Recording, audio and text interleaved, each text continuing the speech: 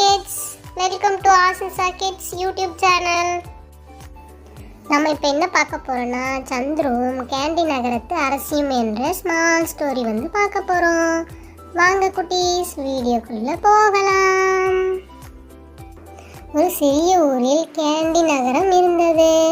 அங்கே சுவர்கள் எல்லாம் சாக்லேட் ஆகவும், தரைவழி எல்லாம் ஸ்வீட்டும் ஜல்லியுமாகவும், மரங்கள் எல்லாம் லாலிபப்பாகவும் இருந்தது.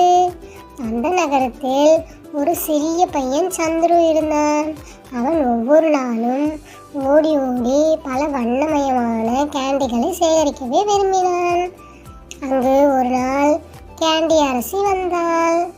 அவள் சொன்னாள், நீ தினமும் ஒரு கேண்டி மட்டுமே உன் நண்பர்களுடன் பகிர்ந்து சாப்பிட வேண்டும் என்று கூறினாள்.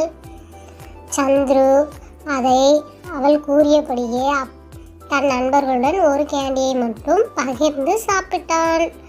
அந்த நாளிலிருந்து பகிர்ந்தால் மகிழ்ச்சி இரட்டையாகும் என்பதை சந்துரு புரிந்து கொண்டான். இந்த கதையில் நாம் என்ன தெரிஞ்சுக்கிறோம்? பகிர்ந்து சாப்பிட்டால் மகிழ்ச்சி இரட்டையாகும் என்பதை தெரிந்து கொள்கிறோம்.